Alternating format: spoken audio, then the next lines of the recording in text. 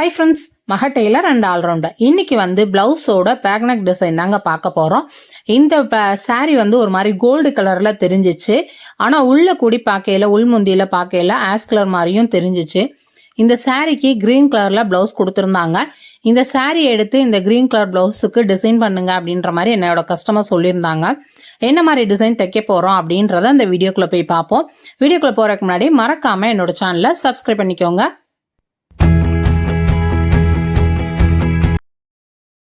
இப்போ ப்ளவுஸோட உயரம் வந்து 16 இன்ச் எடுத்திருக்கேன். அகலம் வந்து 11 நெருக்கி எடுத்திருக்கேன். இப்போ ஆம்ஹோல் அளவு எல்லாமே வெட்டி வேற வச்சுட்டேன். கழுத்துக்கு 2.5 இன்ச்சு தான் நார்மலாக வைப்போம். இந்த பொண்ணு வந்து ரொம்ப வந்து குண்டான பொண்ணு கிடையாது, கொஞ்சம் ஷார்ட்டான பொண்ணுன்னு சொல்லலாம். அப்படி தான் இருப்பாங்க. 2.5 ஷோல்டரோடது வந்து 3.25 அப்படின்ற மாதிரி எடுத்திருக்கேன். இப்போ மார்க் பண்ணிட்டு கழுத்து இறக்கம் எவ்வளவு அப்படின்னா அவங்க நார்மலாக 8.5 அவங்க கொடுத்துருக்க அளவு சட்டையில் இருந்தது 8.5 இன்ச் இருந்துச்சு. இப்போ இதுக்கு அடுத்து நம்ம டிசைன் பண்ண போகிறோம். அதுவும் சாரீ எடுத்து டிசைன் பண்ணிக்கோங்க அப்படின்ற மாதிரி சொல்லிட்டாங்க. மேட்ச் பண்ணுற மாதிரி இருக்கணும் அப்படின்ற மாதிரியும் சொல்லிட்டாங்க. இப்போ 2.5 இன்ச் இறக்கி, இப்போ 2.5 இன்ச்சுன்னா நம்மளுக்கு அதுக்கு அடுத்து அதை மடக்கி அடிக்கையில் கிட்டத்தட்ட 12 கிட்ட 3 இன்ச் கணக்குக்கு வந்துடும். நார்மலாக ரவுண்ட் நெக்னா இப்படி தான் நம்ம மார்க் பண்ணுவோம். மார்க் பண்ணிவிட்டு இப்போ நான் ரவுண்ட் நெக் வைக்கலை, இது வந்து ஒரு மாதிரி பாட் நெக் மாதிரி டைப்பில் இதை வெட்டியிருக்கேன். இப்போ இந்த மாதிரி வெட்டிட்டு கழுத்தோட சேஃபுமே ரவுண்ட் நெக் வைக்கலைங்க. பாருங்கள், 3/4 இன்ச்சு நம்ம நார்மலாக 2.5 இன்ச்சுன்னு சொன்னேன்ல, இது வந்து எக்ஸ்ட்ரா 3/4 இன்ச்சு இருக்க மாதிரி வளைச்சி மார்க் பண்ணி வச்சுருக்கேன். பண்ணிட்டு இது வந்து இப்போ கழுத்தோட சேஃப் வந்து ஒரு ஸ்டார் நெக் மேலே கூடி பார்க்கையில் ஒரு ஸ்டார் நெக் அமைப்பு தெரியணும்னா இப்படி தானே மார்க் பண்ணுவோம். அப்படி மார்க் பண்ணிட்டேன். இதை லைனிங் துணியிலையுமே அப்படியே மார்க் பண்ணி வெட்டி எடுத்துக்கிடுவோம்.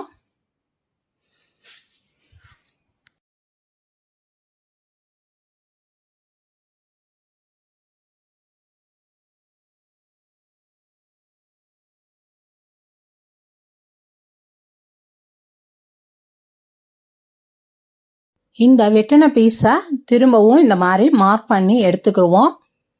லைனிங்கை அது மேலே வந்து ப்ளவுஸ் துணியை லைனிங் மேலே வச்சு மார்க் பண்ணிக்கோங்க. பிகினர்ஸாக இருக்கீங்க அப்படின்றப்ப மார்க் பண்ணிக்கோங்க, இல்லை பின் பண்ணிக்கோங்க. நான் இப்போ வந்து மார்க் பண்ணுறேன். பின் பண்ணிட்டு கூட நீங்கள் மார்க் பண்ணுங்கள் உங்களுக்கு நகலுது அப்படின்னா. அதில் வெட்டையில் நம்மளுக்கு 3/4 இன்ச் அப்படின்றப்ப ரொம்ப அகலமாக தெரிஞ்ச மாதிரி இருந்துச்சு.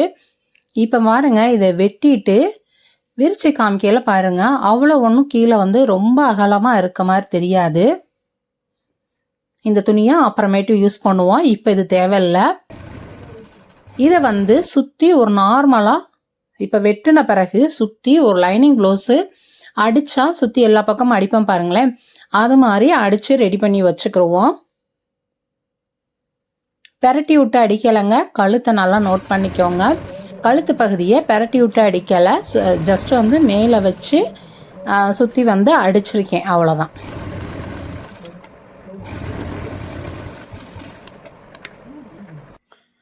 இப்போ சாரியோட கிளாத்து, அதாவது சாரியோட உள்பகுதி வந்து ஒரு 7 இன்ச் அளவுக்கு வெட்டி எடுத்துக்கிட்டு அதில் வந்து ஒரு 1 இன்ச் இருக்க அளவுக்கு கிராஸ் பீஸ் எடுத்துக்கிறேன்.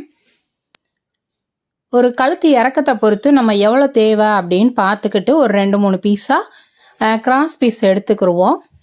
எடுத்து அதை ஜாயின் பண்ணி 1 இன்ச் அளவுக்கு எடுத்து ஜாயின் பண்ணி வச்சுக்கிடுவோம். இந்த மாதிரி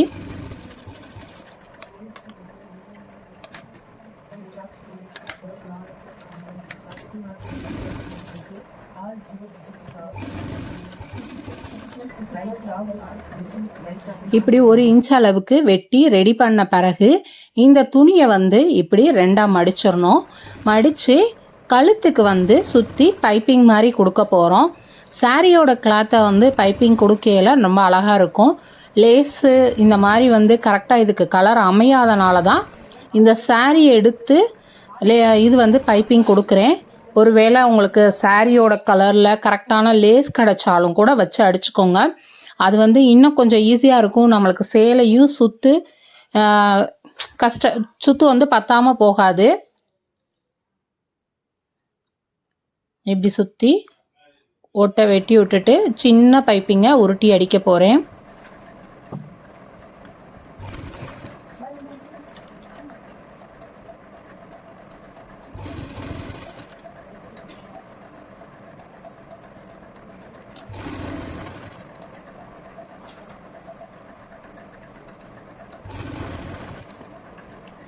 இப்போ பாருங்கள், இந்த தான் அடிக்கையில் பின்னாடி வந்து 1 இன்ச்சுன்றப்ப இந்த அளவுக்கு துணி எக்ஸ்ட்ராவே இருக்குது. பைப்பிங் அடிக்கையில் மட்டும் கொஞ்சம் நல்லா நிதானமாக அடிங்க.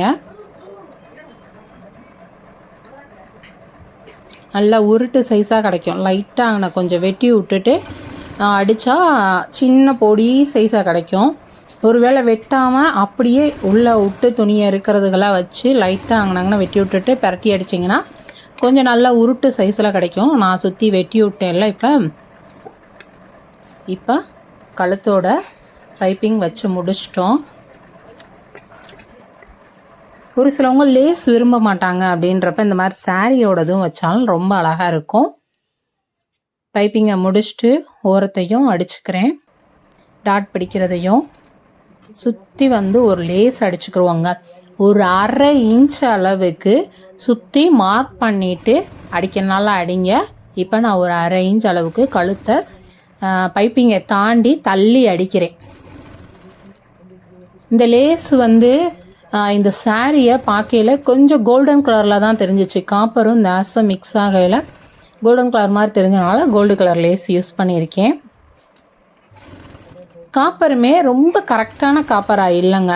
இது ஒரு மாதிரி கோல்டு கலந்த காப்பராக இருந்தனால தான் இந்த கோல்டு லேஸ் யூஸ் பண்ணது. எப்பயுமே பட்டையான லேஸு அப்படின்றப்ப 2 தையல் நல்லா தள்ளி அடிச்சிருங்க.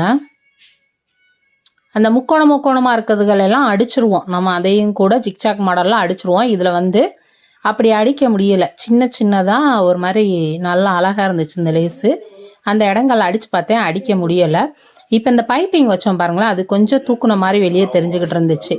அதையும் தள்ளி ஒரு 1/2 இன்ச் இருக்க மாதிரி உள்ளடக்கமாக ஒரு தையல் போட்டுடுறேன்.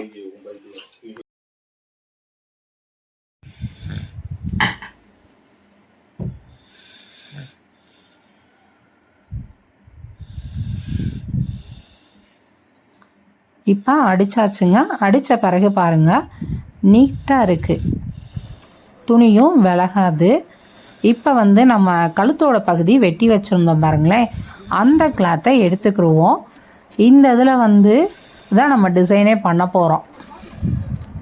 இந்த இதை காட்டி அந்த வெட்டணும் பாருங்களேன் கழுத்தோட பகுதியை, அதை காட்டி ஒரு லைனிங் துணி பெருசாக எடுத்துக்கிறணும். எடுத்துட்டு இப்படி சுற்றி வந்து 1 இன்ச் அதிகமாக இருக்க மாதிரி வெட்டிக்க மார்க் பண்ணிக்கிறணும். மேலே மட்டும் ஒரு 1/2 இன்ச் இருக்க மாதிரி மார்க் பண்ணால் போதும். ஏன்னா மேலே வந்து இந்த துணியை மட்டும்தான் பிரட்டி விட போகிறோம். அதுவே சுற்றி இருக்க பகுதிகள் வந்து ப்ளவுஸ் துணியோட ஜாயின் பண்ண போகிறோம். அப்படின்றப்ப கொஞ்சம் கூட இருந்தால் தான் அந்த உள்ளே ஜாயின் பண்ணையில் அது வந்து சீக்கிரம் பிடுங்காமல் நல்லா ஃபிக்ஸ் ஆகி நிற்கும். இப்போ இந்த சேஃப் வெட்டியாச்சுங்க. ப்ளவுஸோட துணியையும் நான் ஜாயின் பண்ணி தான் வச்சுருக்கேன். ஏன்னா இது வந்து ஜாயின் பண்ணியிருந்தாலும் உள்ளே போயிடும். அப்படின்றப்ப அந்த ஜாயின் பண்ணியிருக்கிறது ஒட்டு கொடுத்ததெல்லாம் வெளியே தெரியாது. இந்த மாதிரி மேலே தச்சு விட்டு பரட்டிக்கிறணும்.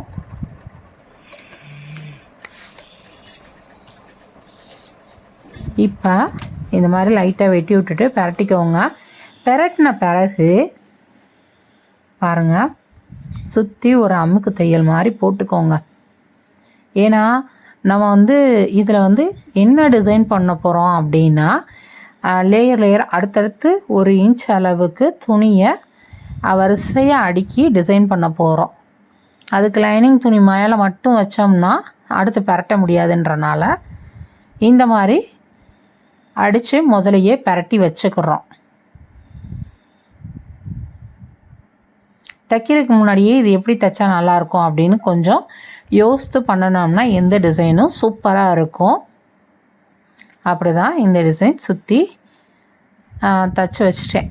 இந்த மாதிரி சாதாரணமாக ஒரு லைனிங்கும் ப்ளவுஸ் கிளாத்தையும் தச்சு பரட்டி வச்சாச்சு. இப்போ 1 இன்ச் அளவுக்கு ஒரு 2-3 பீஸ் நல்லா லாங்காக இருக்க மாதிரி வெட்டி ஜாயின் பண்ணி வச்சுக்கிறேன்.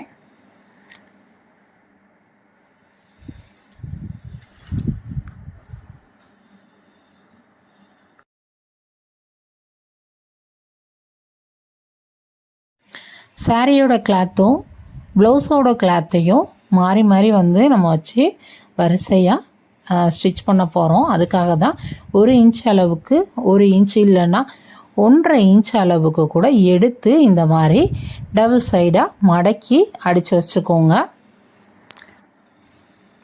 இப்போ இந்த மாதிரி மடக்கி அடித்து வச்சுட்டு இந்த தச்சு வச்சுருக்கோம் பாருங்களேன், உள்ள டிசைன் பண்ணுறதுக்காக ஒரு பீஸு, அதில் சென்டரை மார்க் பண்ணிக்கோங்க. சென்டரை மார்க் பண்ணிவிட்டு நம்ம தைக்க ஆரம்பித்தோம்னா எந்த இடத்துல தையலை முடித்து திருப்பணும் அப்படின்றதுக்கு நம்மளுக்கு கொஞ்சம் ஈஸியாக இருக்கும். அதுக்காக தான் சென்டரை வந்து மார்க் பண்ணிக்கிற சொன்னேன்.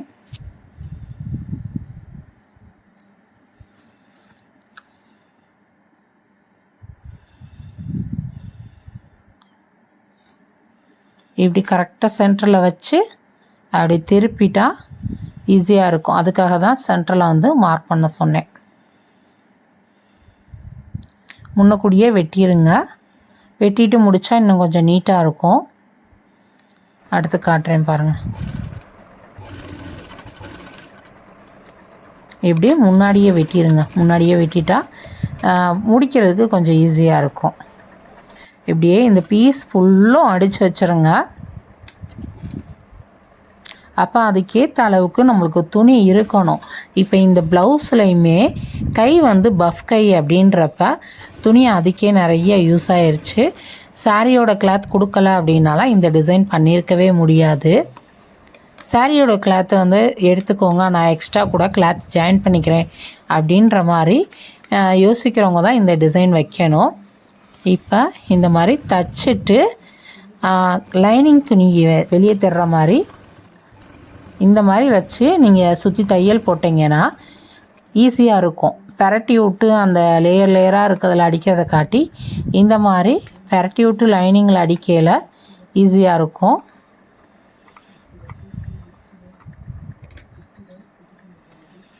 இப்போ அடித்தாச்சுங்க. சூப்பரான ஒரு டிசைன் ரெடி ஆயிடுச்சுங்க.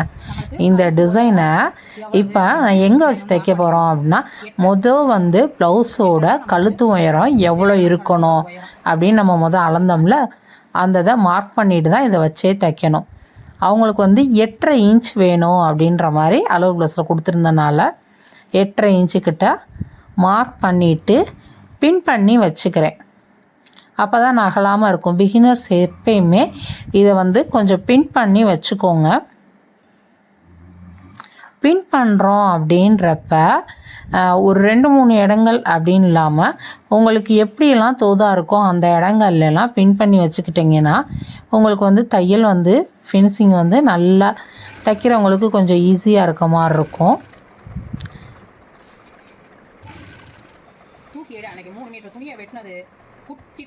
நான் ஒரு 3 இடத்துல தாங்க பின் பண்ணி வச்சுருந்தேன்.